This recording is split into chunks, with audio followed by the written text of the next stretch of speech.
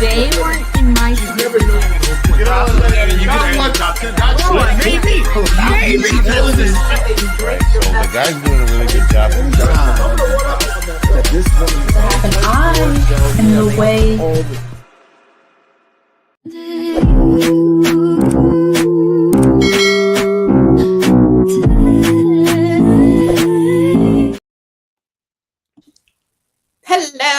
Hello. Thank you for clicking on our faces. Today, we are back with another One Shots, a series on our channel where we watch the first episode and only the first episode of a particular show and discuss whether or not it is worth another shot, right? So, with that being said, I'm not here alone, as you can see on your screen. I'm here with my co-host, the great Grand Slam Poobah, aka Bad Guy Jack. How you doing? I am fantastic. I'm not gonna lie. I thought you was gonna call me the Great Goose. I could probably go for some goose. I'm twister, like Great Grand Slam. I'm thinking about in the new year in 2025 adding another G. I don't know what letter, what word, but we're gonna get there. I'm gonna make it even longer to the point where it stretches right here. The whole name right there.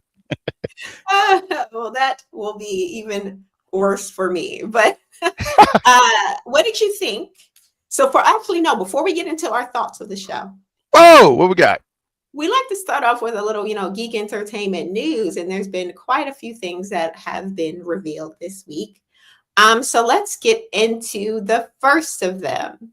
So according to Variety.com, Clayface movie officially underway at DC Studios with Mike Flanagan writing. So fresh off the success of HBO series The Penguin, DC Studios has officially greenlit a feature film centered around Clayface, the shape-shifting Batman villain from the script written by Dr. Sleep, filmmaker Mike Flanagan. According to a source with direct knowledge of the production, plot details are scarce, but filming is expected to begin early next year. Matt Reeves and Lynn Harris will produce through their company Six Idaho Productions. And there's been an update. Warner Brothers has dated the film for September 2026. So a little over a year from now, we could be getting a Clayface movie. Thoughts, predictions? Oh man. So a lot of these like villain only movies. Now look, I think Clayface should be in the Batman universe. I thought that would have been a great villain because I'm just tired of seeing the Joker. We had the Riddler and the other one. Penguin was cool. I never finished the show, but I thought Penguin was just the character himself was great. So cool. Clayface I think should be in the Batman series. I don't know about a solo movie. I just don't know. I don't know. I think because of Sony. Okay. I'm looking at you, Sony. Because of them, I am traumatized. So I don't think that I'm interested in seeing it, but I just don't have high expectations about him in a movie by himself. See, okay, a solo movie makes me think Solo sans Batman, right? It's not going to be a Batman movie. They didn't say Batman, they said Clayface. Right. So I'm a little worried about not having Batman in the movie. However, The Penguin, even though it was a miniseries, was very successful without the presence of the Batman. So I don't know. I feel like it could be interesting. Would I be here for a feature film? Depends. I'm here for another miniseries, but feature film, I don't know.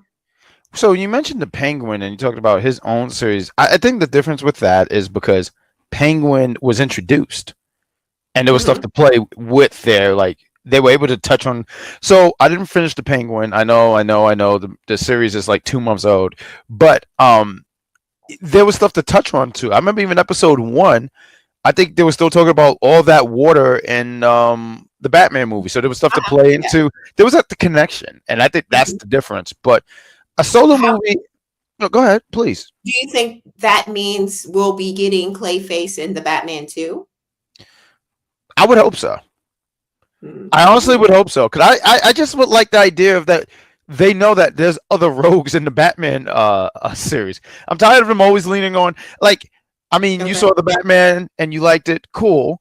But they keep leaning on the Joker. Like, it's almost like they can't do a movie without Joker. It's almost like, what do we do? Joker. Yeah. What else do we do? Joker. I would like that variety. That's all I'm saying. So yes. All right. Well, let us know what you think about that in the chat. Any Ooh. predictions and thoughts on this upcoming Clayface movie? Now, let's get into our second bit of news before we get into the show proper. Ooh. And also, in relation to a superhero movie, who knew? But according to, I think it's the independentco.uk, Ooh, Spider-Man Beyond the Spider-Verse gets disappointing release date. Spider-Man Beyond the Spider-Verse has received a disappointing release date update, with the film now expected not until 2026 at the earliest. uh-huh. So it just goes on to talk about the two previous films. Now, Yes. 2026 is lining up to be quite a year for some superhero movies. If we get the Clayface, if we get Spider-Man, I'm not mad at it. There you go. What do you think about the delay? Did you kind of foresee this coming? I know I did. I didn't see it. I didn't foresee it coming, but I sit here and go like, man, I would have loved for 2025 to see because, I'm sorry, I always forget this. Enter and Across. So okay, Across is the second one. Across the Spider-Verse was such a dope movie. I'm like, man, I want Spider-Man now. But I could appreciate them taking their time with this, structuring like whatever the animation, the script to make sure it's really good. I like to use this as a video game reference, right? So with video games, sometimes they'll say, hey, this game coming out in 2025, and then they push it to 2026. That means they want to make sure that they fix the bugs, fix every little thing in there to make sure that when they release this game, it's going to be good. Because that's what we want when we go to the movies. Good. I'm sorry, Sony. Did you hear me? Good. Oh, wait, this is Sony. Actually, I can't even disrespect them. This is actually Sony. I'm so sorry. I feel like I'm on a Sony rant today. I'm so sorry. It's okay. It's okay. Sony has some good this one is holding it down for the animated Sony superhero movies. But let's go. We got someone in the comments. Hey, Peace King. Thanks for being here. Peace King. All right. The King of Peace. Thank you for being in the chat and tell us what you think about what's this? Beyond the Spider-Verse having a delay. All right. So now it's time to get into discussions of episode 1 of Creatures Commandos. Ooh, let's do it. So, real quick, if I could pull the curtain back a little bit. This was your pick one seat. Am I doing it? All right, boom. This was your pick one seat of Superior. Good job. Let's go into it. Wanted to throw that out there. Thank you. When I heard it was another James Gunn, release, I was like, let's check it out. And speaking of, he snuck himself into the opening. Metro, yeah. That's right. Go ahead. And the funny thing is, when I didn't get an image of James Gunn's animated version of himself. But I was like, did he just give himself the Ric Flair senior haircut? They got the same haircut. They do. I didn't even really notice that. Yeah. I wanted to ask real quick. I didn't get a chance to look up. So when I was watching this, right, this is supposed to be connected to that Suicide universe, right? Yeah, but the guy with the gray hair, his name is Rick, if I'm correct. Yeah. But I was going to say, that's Rick from the actual Suicide. No, this is Rick's daddy. He got a daddy who's a baddie. And this is post Rick Flags Jr.'s death. So this series takes place. Right, I forgot about that. Okay. Yeah, after the Starfish expedition or whatever it's called. They did mention it. Yep. Yeah. Right.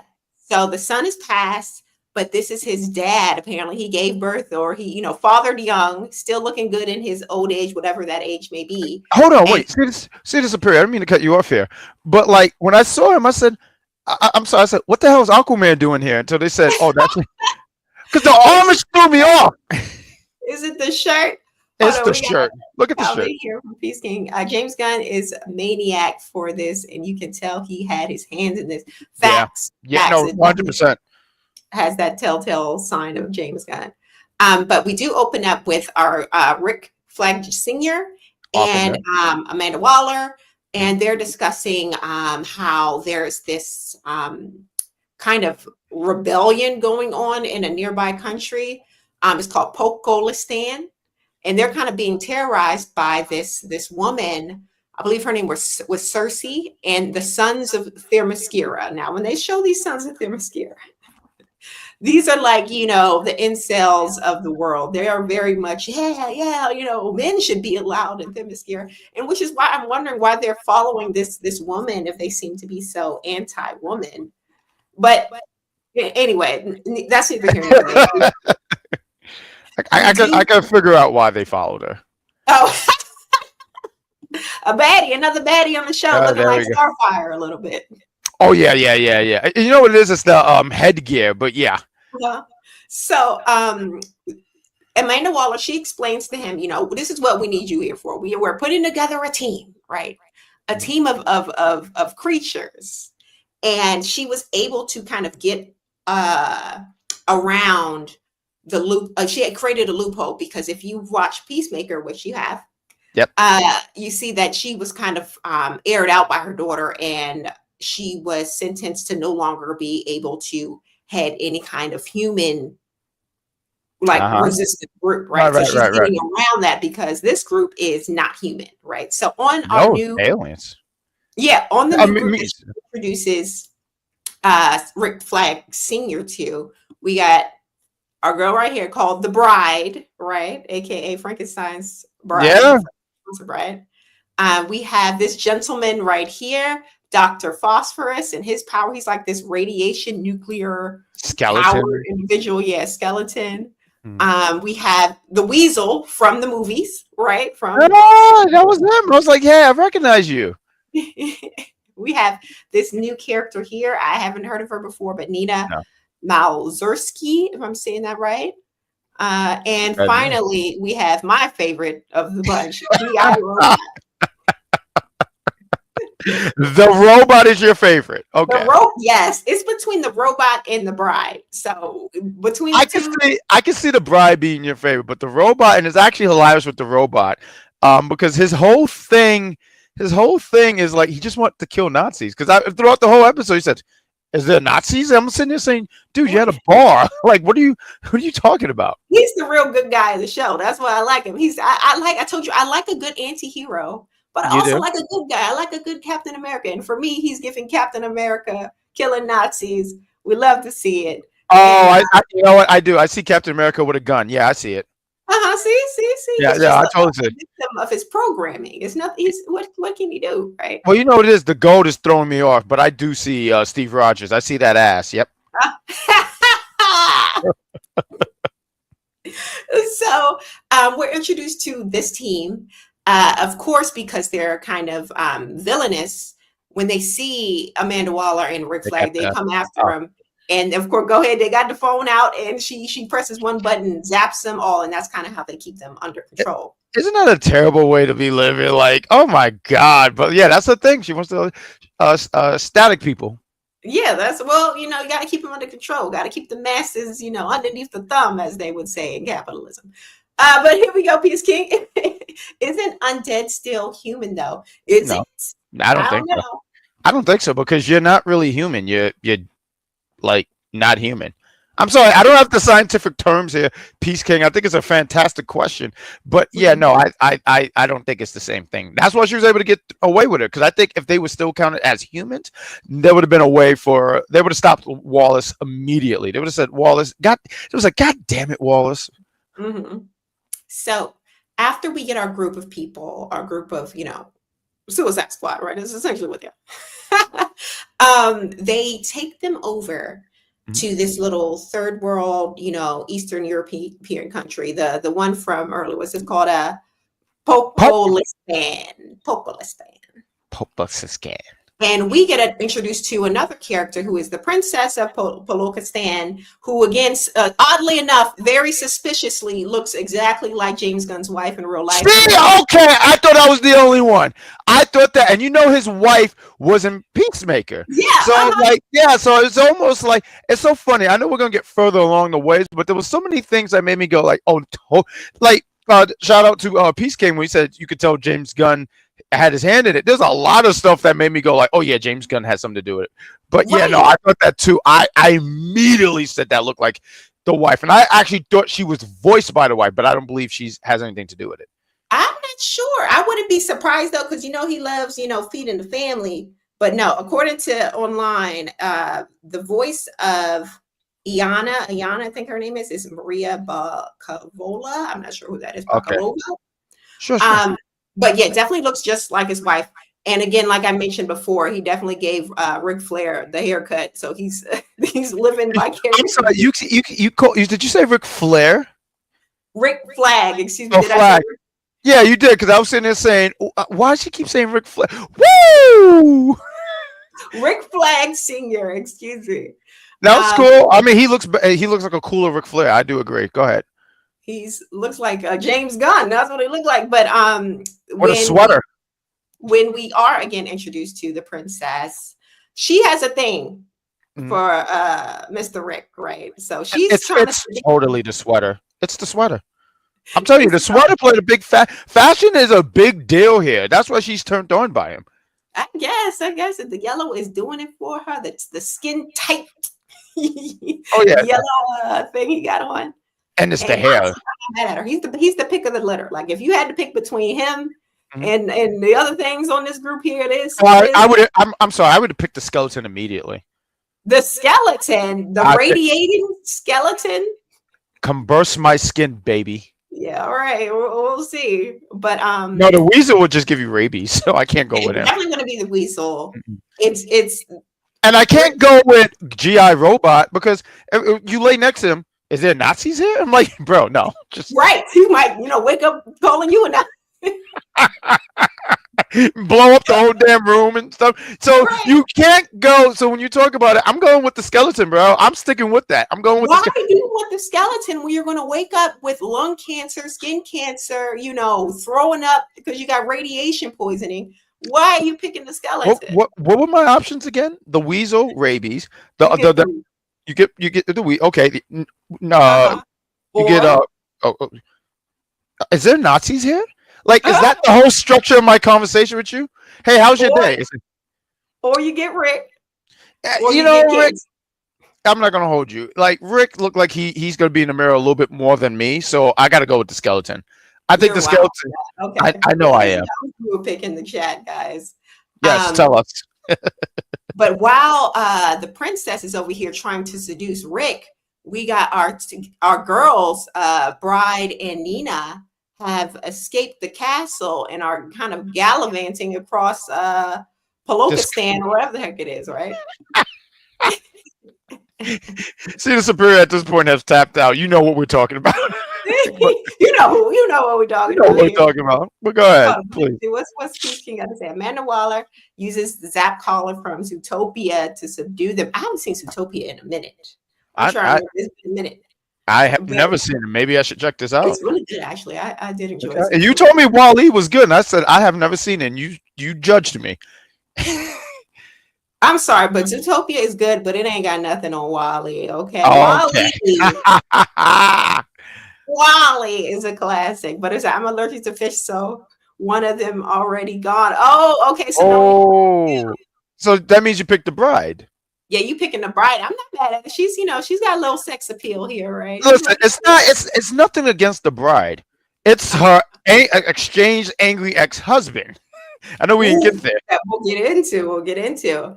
Okay. But during their escape, we're back to Dr. Phosphorus, I think his name is. He's trying to steal the phone from our boy Rick Flag's nightstand.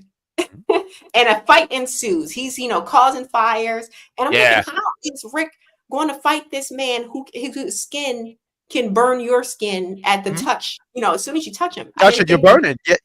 I loved how this was actually shot. This was actually my favorite scene of this whole show. And matter of fact, just a real quick throw out here. So we were talking about James Gunn's hands in this. There was something about this fight sequence and the music in the background that made me go, "Oh my god, this is so James Gunn!" Like, made me scream that out loud.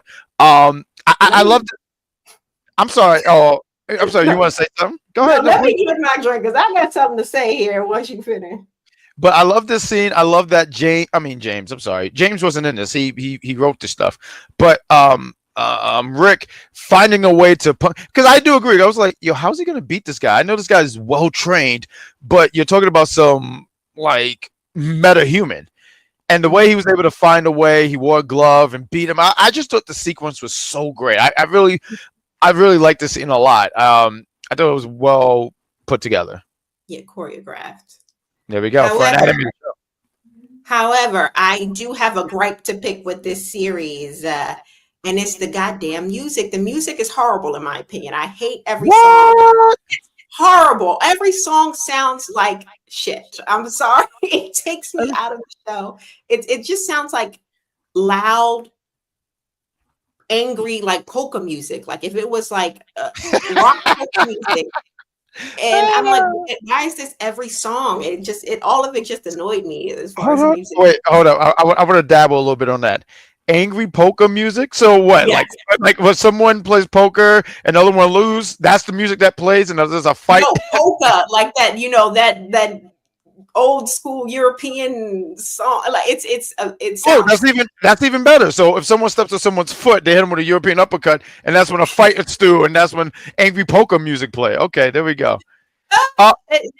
the music was bad in my opinion, and it So was you're not a every fan, song. Okay, not a fan. All right.